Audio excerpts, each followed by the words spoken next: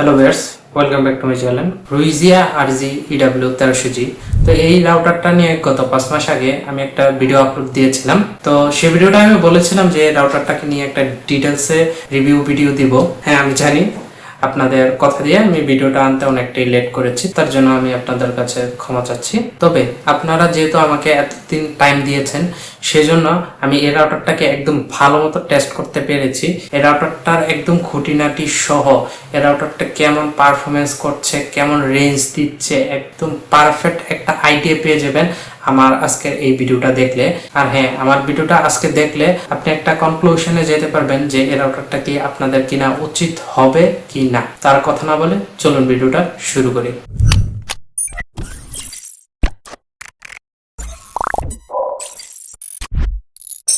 প্রথমে কথা বলবো এই রাউটারটার ডিজাইন এবং বিল কোয়ালিটি নিয়ে। বিল কোয়ালিটির কথা যদি বলি, রাউটারটা নিঃসন্দেহে অনেক ভালো বিল কোয়ালিটি নিয়ে এসেছে। রাউটারটার মধ্যে যে প্লাস্টিক ব্যবহার করা হয়েছে সেটা অনেকটাই ভালো মানের প্লাস্টিক ব্যবহার করা হয়েছে। প্লাস আমরা আরো অনেক রাউটার দেখি যেগুলার এই যে এন্টিনা গুলা অনেকটাই লড়বড় থাকে, মানে কয়েকদিন পরেই এন্টিনা গুলা ডিল হয়ে যায়, যার কারণে রাউটারটা সামান্য লাড়া খেলেও এন্টিনা গুলা জায়গার মধ্যে স্টাডি ভাবে থাকে না। তবে এই রাউটারটার এই এন্টিনা গুলোর মধ্যে সেই সমস্যাটা নাই। রাউটারটা হাতে নিয়েও বোঝা যায় রাউটারটার বিল্ড কোয়ালিটি অনেকটাই ভালো। তারপর যদি কথা বলি রাউটারটার ডিজাইন নিয়ে, রাউটারটার ডিজাইন নিঃসন্দেহে নজর কাড়ার মতো।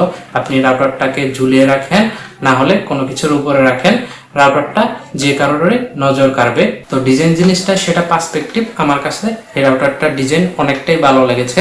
ম্যাট ফিনিশ প্লাস্টিক, তার মাঝে একটি গ্লাসের মতো আকৃতি, তবে সেটা রিয়েল গ্লাস না, সেটা হচ্ছে প্লাস্টিক টাইপের এক ধরনের গ্লাস। তো তার কারণে সেই গ্লাসটার মধ্যে অনেকটাই স্ক্র্যাচেস পড়ে। তার নিচেই থাকবে রুইজিয়া রিয়ার ব্র্যান্ডিং। তো রাউটারটার নিচে থাকবে পর্যাপ্ত পরিমাণ ব্রিথিং ভেন্টের ব্যবস্থা, আর এই সামনে দিয়েও পর্যাপ্ত পরিমাণ এয়ার ইনটেক করার ব্যবস্থা থাকবে। আর এন্টিনার ডিজাইন গুলা নিয়ে যদি কথা বলি, আমরা এজ ইউজুয়াল অন্যান্য রাউটারে নরমালি দেখি যে অনেকটাই গোল টাইপের ডিজাইন, তবে এই রাউটারটার এন্টিনা গুলা চ্যাপটা, যেটা এই রাউটারটার ডিজাইনটাকে আরো সুন্দর করে দিয়েছে। তারপর আমরা কথা বলবো এই রাউটারটার পোর্টস এবং বাটন নিয়ে। রাউটারটার মধ্যে থাকবে 3টা ল্যান্ড পোর্টস, আর ইয়েলো মার্কে থাকবে 1 পোর্টটা। 1 পোর্টের সাথে থাকবে পাওয়ার কানেক্টর, তার সাথে আছে রিসেট বাটন। তো এই রিসেট বাটনটা সহজে অ্যাক্সেস করা যায় না, এই রাউটারটাকে রিসেট করার জন্য একটা কলম বা পিনের দরকার পড়বে। তার সাথে যে বাটনটা থাকবে সেটা হচ্ছে মেশের বাটন। তো আপনি যদি আরেকটা রুইজিয়ার মেশ সাপোর্টেড রাউটার ইউজ করে থাকেন, সেক্ষেত্রে পেয়ারিং এর জন্য এই বাটনটা কাজে লাগবে। তবে এই রাউটারটার মধ্যে পাওয়ার অন অফ এর জন্য কোনো বাটন নেই। তারপর কথা বলবো এই রাউটারটার স্পেসিফিকেশন নিয়ে। তো রাউটারটার মধ্যে একটি ডুয়েল কোরের 880 মেগাহার্টজ এর সিপিইউ ব্যবহার করা হয়েছে, যার কারণে এই রাউটারটা ইজিলি 20 থেকে 30টা ডিভাইস হ্যান্ডেল করতে পারবে। তার সাথে এই রাউটারটার মধ্যে 5টা এন্টিনা ব্যবহার করা হয়েছে। তো আমরা এজ ইউজুয়াল অন্যান্য রাউটারে দেখি হয় ডাইরেক্ট 6 ডিবি এর এন্টিনা ব্যবহার করে, না হলে ডাইরেক্ট 5 ডিবি এর এন্টিনা ব্যবহার করে। তো এই রাউটারটার যে এন্টিনা ডিবি সেটা একটু ইউনিক। তো এই রাউটারটার 3টা এন্টিনা কাজ করবে 5 গিগাহার্টজ এর জন্য, আর 2টা এন্টিনা কাজ করবে 2.4 গিগাহার্টজ এর জন্য। তবে এখানে মজাদার ব্যাপারটা হলো কি, এই রাউটারটার 5 গিগাহার্টজ এর যে এন্টিনা সেটা হচ্ছে 5.5 ডিবিএই করে, আর এই রাউটারটার 2.4 গিগাহার্টজ এর যে এন্টিনা গুলা সেটা হচ্ছে 4.2 ডিবিএই করে। তো সামনে রেঞ্জ টেস্টে জানাবো এই ইউনিক টাইপের এন্টিনা গুলা থেকে কতটা ভালো রেঞ্জ পাচ্ছি। আর রাউটারটায় একটা 1 পোর্ট 10টা ল্যান্ড পোর্ট থাকবে, 1 পোর্ট প্লাস ল্যান্ড পোর্ট সবগুলাই হচ্ছে গিগাবিট।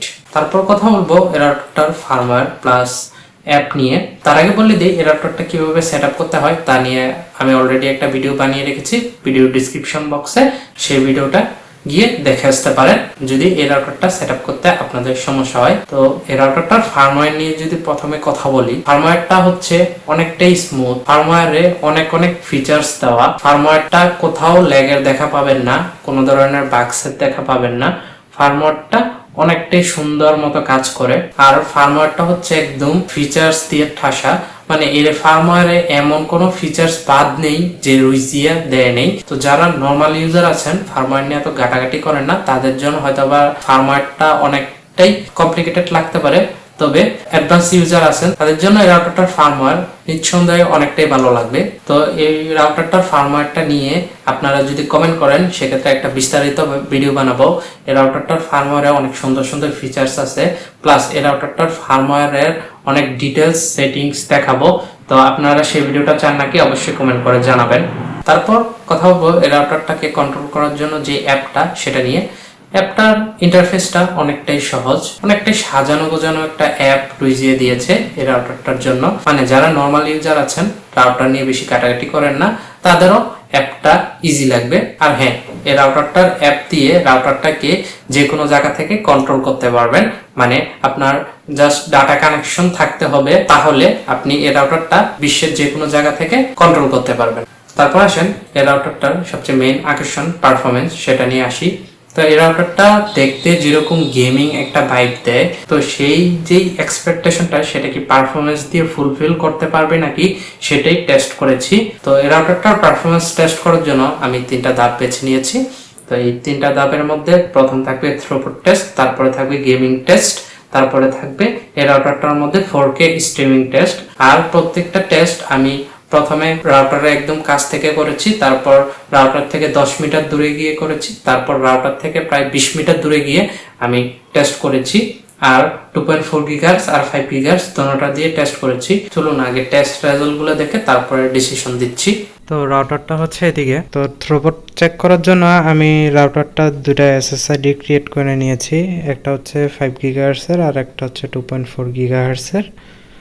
আমি যদি দেখাই, এই যেমন 5 গিগাহার্টজে আপনার সর্বোচ্চ লিঙ্ক স্পিড পাবে 866 Mbps, মানে এই রাউটারটার সর্বোচ্চ লিঙ্ক স্পিড 5 গিগাহার্টজে। আর 2.4 গিগাহার্টজের যদি লিঙ্ক স্পিডটা দেখাই, সেটা হচ্ছে এই রাউটারের মানে 20 মেগাহার্টজের সর্বোচ্চ স্পিড 192 Mbps। আপনারা হয়তো বা জানেন রুইজিয়া RG EW1300G এটার 2.4 গিগাহার্টজে থাকবে 400 Mbps আর 5 গিগাহার্টজে থাকবে 866 Mbps। তো সেটার উপর বেস করে আমি এই থ্রুপুট চেকটা করতেছি। আমি একদম রাউটারের এত কাছ থেকে থ্রুপুট চেক করব না, কারণ আপনার ধরেন কোন একটা ফাইল ডাউনলোড দিবেন, এত কাছে কেউই রাউটারকে ব্যবহার করে না। সেক্ষেত্রে আমি যদি বলি রাউটার থেকে আমি প্রায় ধরেন 4 থেকে 5 মিটার দূরে আছি। তো আমি যদি আনুমানিক রাউটারের দূরত্বটা দেখাই, রাউটারটা এদিকে আর মোবাইলটা হচ্ছে এদিকে। তো সর্বপ্রথম আমি 5 গিগাহার্টজের থ্রুপুট চেকটা করে দেখাই। এই যে লুইজিয়ার 5 গিগাহার্টজে কানেক্টেড হয়ে গেছে। রাউটারটার সাথে বর্তমানে 8টা ডিভাইস কানেক্টেড অবস্থায় আছে ওয়্যারলেসে। তো সেক্ষেত্রে হয়তোবা আপনার এই থ্রুপুটটা একটু কম আসতে পারে আমার কাছে, তবে আপনাদের কাছে আমার যত টাকা রেজাল্ট দেখাবে তার চেয়ে বেশি আসবে, এটা শিওর। আর আরেকটা জিনিস ক্লিয়ার করে দেই, আমি যেই মোবাইলটা ব্যবহার করছি সেটা হচ্ছে পোকো F6। এটা মূলত হচ্ছে যে একটা ওয়াইফাই 6 সাপোর্টেড ডিভাইস। তো সেক্ষেত্রে এই রাউটারটা সর্বোচ্চ পারফরমেন্স এই মোবাইলটা নিতে পারবে আশা করি। তো আমি এখন 5 মিটার দূরত্ব থেকে থ্রুপুট চেকটা করি।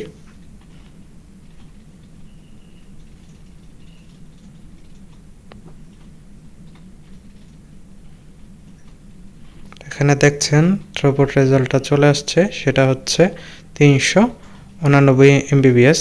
তো এটা কম আসার কারণ আমি অলরেডি বলে দিয়েছি। রাউটারটার মধ্যে 8 থেকে 9টা ডিভাইস কানেক্টেড অবস্থায় আছে, যত বেশি ডিভাইস কানেক্টেড থাকবে থ্রুপুটটা কমে যাবে ওয়্যারলেসে। তবে আমি যখন একটা ডিভাইসও কানেক্টেড অবস্থায় ছিল না তখন থ্রুপুটটা চেক দিয়েছিলাম, সেক্ষেত্রে আপনার 533 Mbps পর্যন্ত সর্বোচ্চ থ্রুপুট এসেছে। তো আমি আরো কাছ থেকে যদি এই রাউটারটা থ্রুপুটটা দেখাই,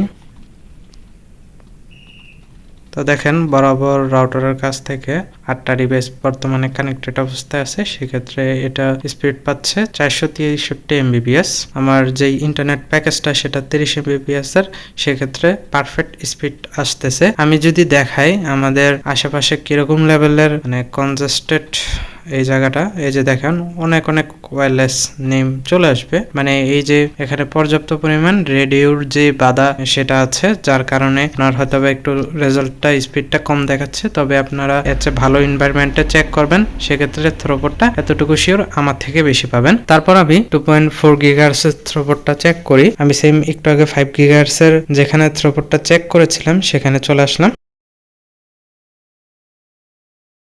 2.4 গিগাহার্টজে 192 Mbps।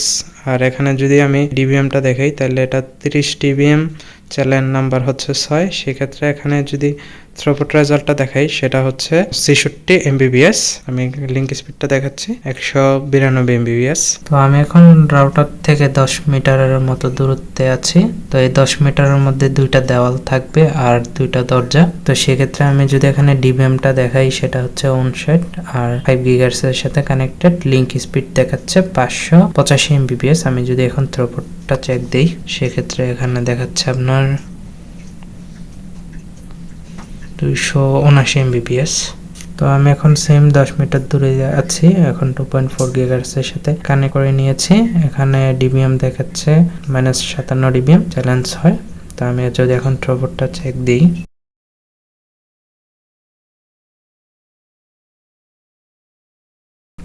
যে আমি যদি এখন ওয়াইফাই ডিবি থ্রুপুটটা দেখাই সেটা হচ্ছে 16 Mbps। তো আমি এখন রাউটার থেকে প্রায় 20 মিটার দূরে আছি। তার মাঝে তিনটা দেওয়াল 5 GHz এর সাথে কানেক্টেড। এখানে যদি আমি লিঙ্ক স্পিডটা দেখাই সেটা হচ্ছে 65 Mbps আর যদি ডিবিএমটা দেখাই সেটা -77 ডিবিএম। এই যে 5 GHz এর সাথে আমি কানেক্টেড। যদি এখানে থ্রুপুটটা চেক দেই এটা কিন্তু 5 GHz এর থ্রুপুট চেক, সর্বোচ্চ 20 মিটার দূরে।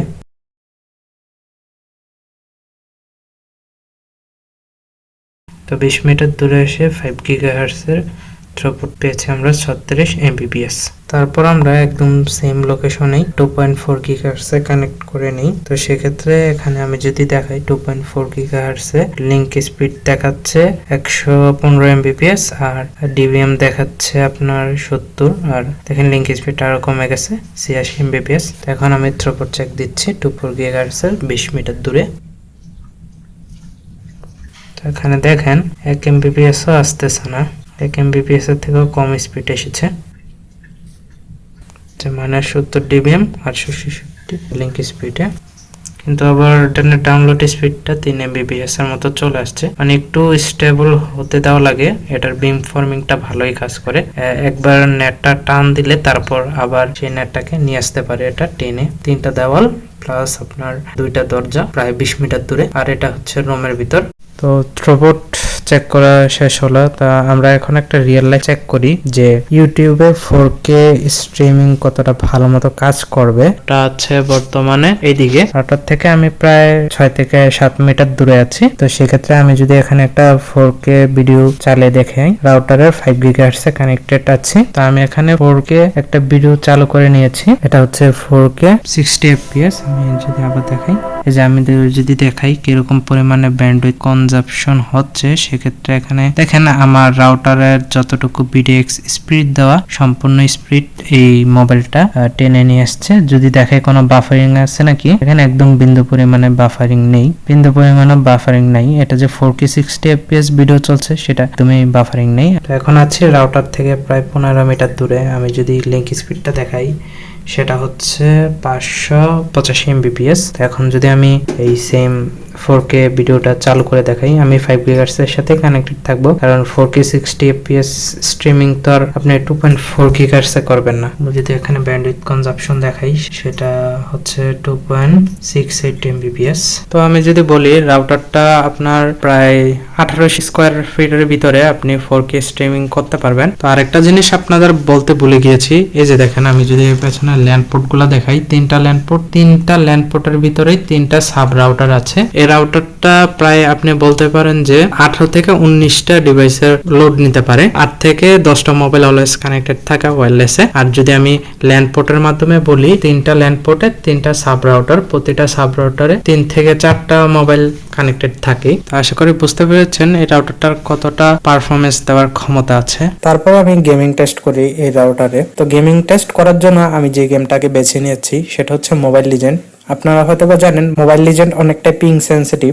তো আমি পাবজিও খেলে দেখেছি এই রাউটারে, ফ্রি ফায়ারও খেলে দেখেছি, সবগুলোর ক্ষেত্রে রেজাল্ট সেমই হবে। আমি মোবাইল লিজেন্ড দিয়ে ধারণা দিচ্ছি আপনাদের। তো মোবাইল লিজেন্ড খেলার সময় আমি এক রুমে দাঁড়িয়েছিলাম না, আমি কনস্ট্যান্টলি এক রুম থেকে আরেক রুমে যেতে থাকি।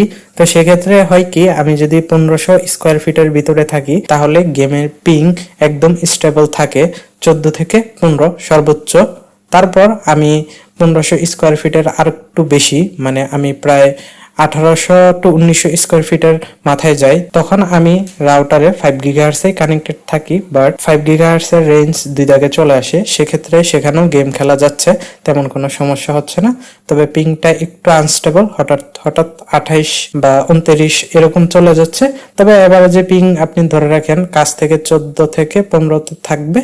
আর একটু দূরে গেলে ধরেন 1800 স্কোয়ার ফিটের মাথায় গেলে পিংটা সর্বোচ্চ আপনি 14 থেকে 29 ভিতরে পাবেন। সেক্ষেত্রে পাবজিরও সেম, ফ্রি ফায়ারও সেম, আপনি 1800 স্কোয়ার ফিটের ভিতর একদম স্মুথলি গেম খেলতে পারবেন। আর আমি 2.4 গিগাহার্টসে গেমিং টেস্ট করি নাই, কারণ 2.4 গিগাহার্টসে এই সেম এর রেজাল্ট কাছ থেকে 1800 স্কোয়ার ফিটের মাথায় গেলে সেক্ষেত্রে হয় কি একদম যাচ্ছে তাই অবস্থা, পিং একদমই ভালো থাকে না। তো সেক্ষেত্রে আমি রিকমেন্ড করবো 5 গিগাহার্টসে কানেক্টেড হয়ে গেম খেলেন। 5 গিগাহার্টসের রেঞ্জ আর 2.4 গিগাহার্টসের রেঞ্জ অলমোস্ট সেম এই রাউটারে। তো আমার ভিডিও যারা আগে থেকে ফলো করছেন তারা জানবেন আমি মার্কিউসিস এমআরআই টেক্স রেগুলার বেসে ইউজ করছি।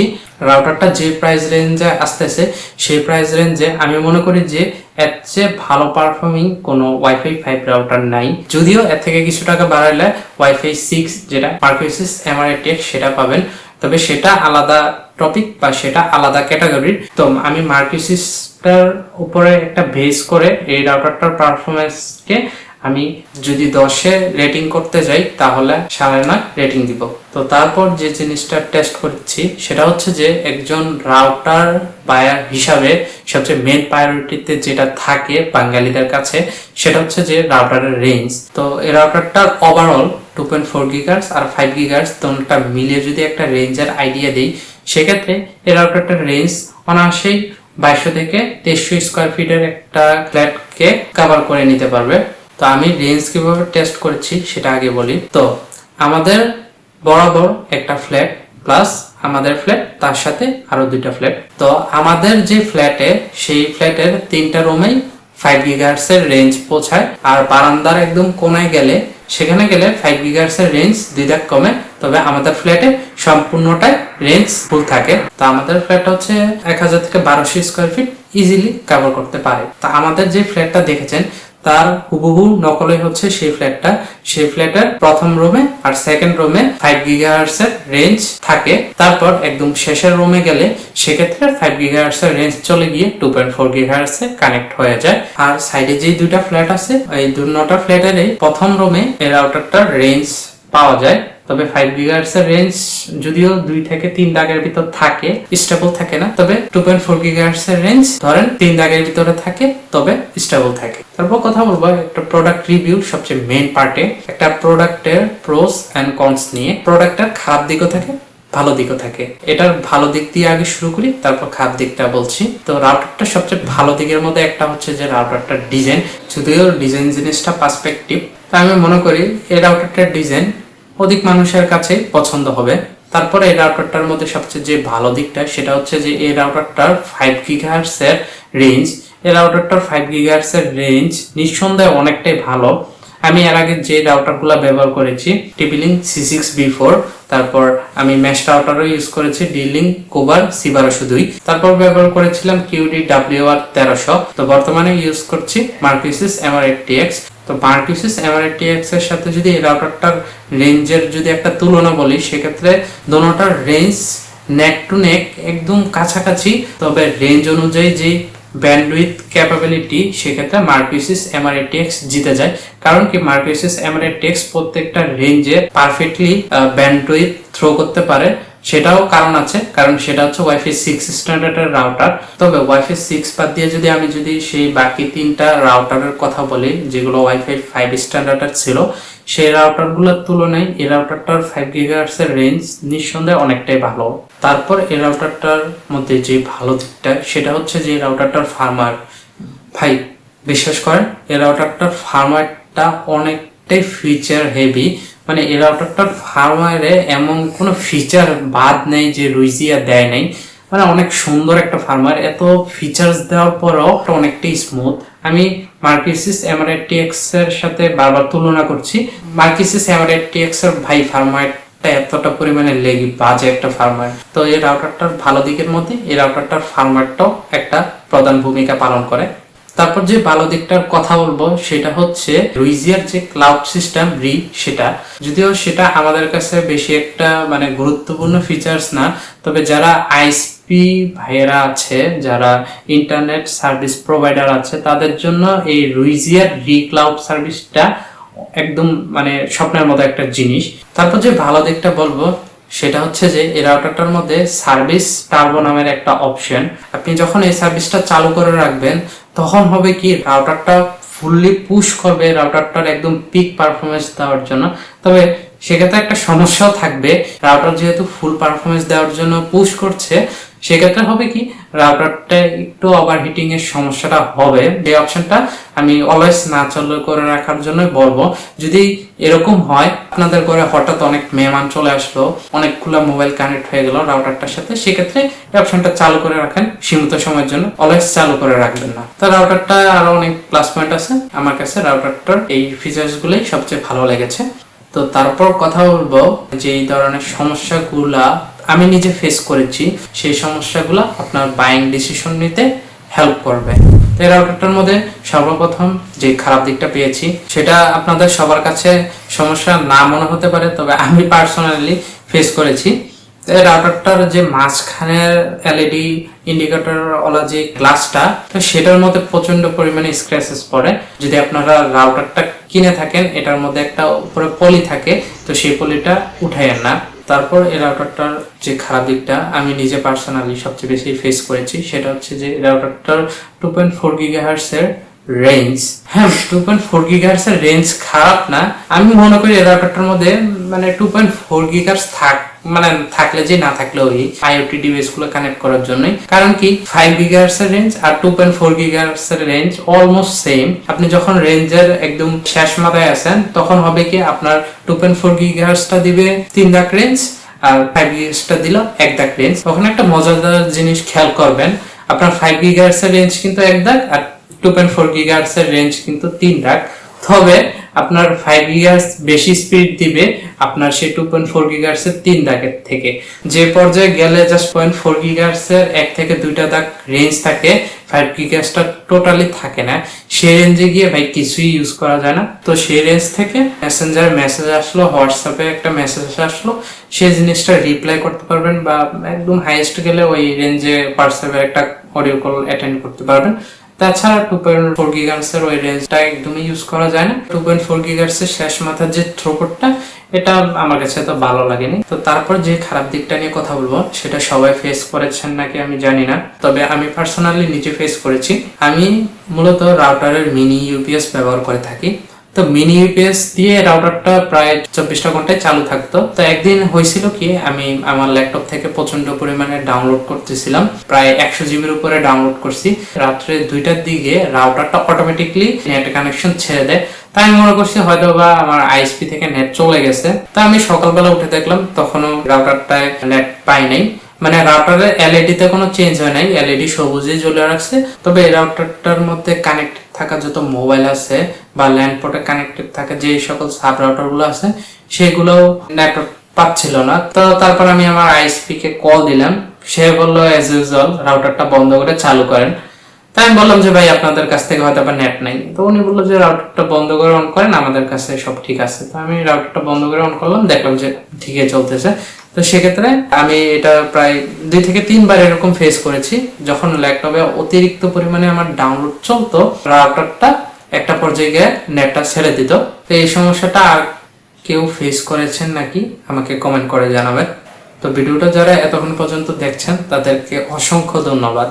তো এখন আসেন মানে পুরোটা ভিডিওর সবচেয়ে মেইন পার্ট, সেটা হচ্ছে যে এই রাউটারটার ফাইনাল ভার্ডিক্ট, মানে এই রাউটারটা কি আপনাদের নেওয়া উচিত কিনা, কাদের নেওয়া উচিত। তো প্রথমে কথা বলবো এই রাউটারটার প্রাইস।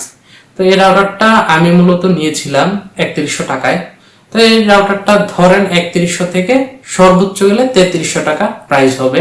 তো সেই প্রাইস রেঞ্জে যে সকল রাউটার আছে সেগুলোর তুলনায় এই রাউটারটা নেবেন নাকি সেই ব্র্যান্ডের রাউটারগুলো নেবেন, সেটা নিয়ে আগে কথা বলি। তো এই রাউটারটার কম্পিটিশনে থাকা আমি যদি কিছু রাউটারের নাম বলি, সেক্ষেত্রে হচ্ছে কি প্রথমে বলবো কিউডি WR1300।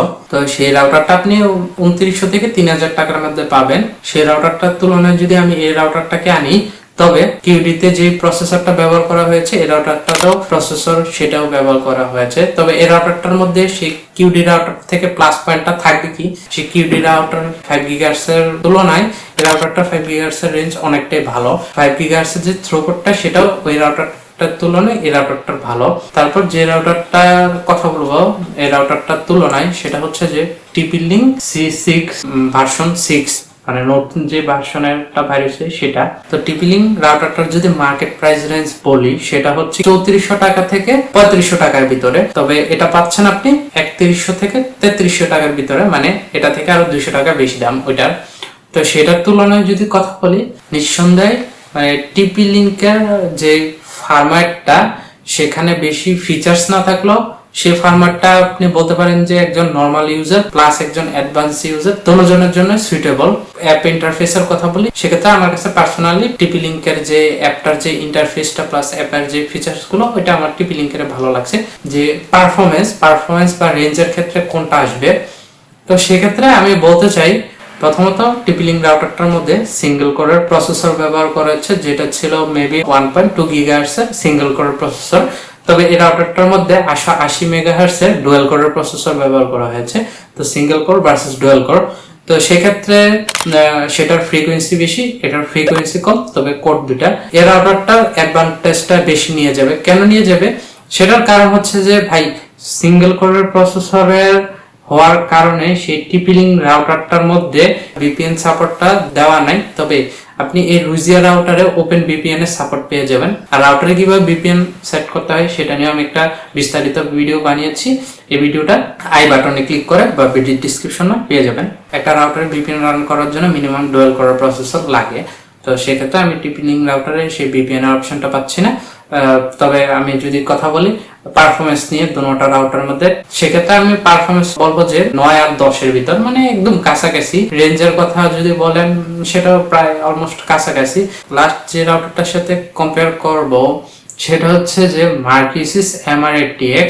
তো শুনেন, এটা হচ্ছে ভিডিওর সবচেয়ে মেইন পার্ট। মার্কিউসিস MR8TX রাউটারটা রিভিউ ভিডিওতে অনেকে কমেন্ট করেছিল যে মার্কিউসিস MR8TX ভালো হবে নাকি রুইজি EW1300G এই রাউটারটা নেওয়াটা ভালো হবে। তো সেটার সাথে এটার কম্পিটিশন হয় নাকি আমি জানি না, তবে আমি সেই রাউটারটার তুলনায় যদি বলি হ্যাঁ এই রাউটারটা কম্পিটিশন হবে। কোন ক্ষেত্রে হবে, যদি আপনার মোবাইলটা ওয়াইফাই 6 না সাপোর্ট করে, আপনার ঘরে একটাও ওয়াইফাই 6 মোবাইল নাই, ওয়াইফাই 6 এর ফিচার্স গুলোই তো মানে ব্যবহার করতে পারবেন না। তো সেই ক্ষেত্রে হবে কি এই রাউটারটা যে পারফরমেন্সটা দিবে সে মার্কিউসিস MR8TX সেম পারফরমেন্সটাই দিবে। আমি নিজে পার্সোনালি টেস্ট করে দেখেছি ওয়াইফাই 5 সাপোর্টেড মোবাইল দিয়ে, মানে আমার ওই মোবাইলটা ওয়াইফাই 6 সাপোর্ট করতো না, জাস্ট 5 সাপোর্ট করতো।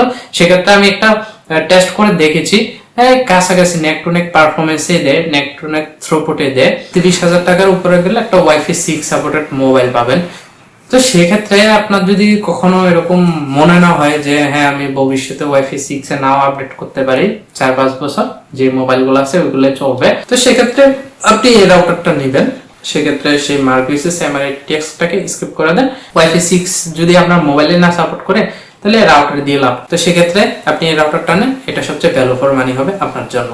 তো এতক্ষণ পুরোটা ভিডিও যারা দেখছেন তাদেরকে অসংখ্য ধন্যবাদ। তো আশা করি আমি এই রাউটারটার ভালো খারাপ সকল দিক নিয়ে একদম বিস্তারিত বলেছি। কোনো কিছু যদি মিস হয়ে যায় তার জন্য আন্তরিকভাবে দুঃখিত, আপনাদের কাছে ক্ষমা প্রার্থী। আপনি আমাকে কমেন্ট করে জানাবেন কোন জিনিসটা মিস হয়েছে, সেই জিনিসটা আমি কমেন্টে জানিয়ে দেওয়ার চেষ্টা করব। আজকের জন্য এটুকুই। ভিডিওটা সম্পূর্ণ দেখার জন্য আপনাদের ধন্যবাদ।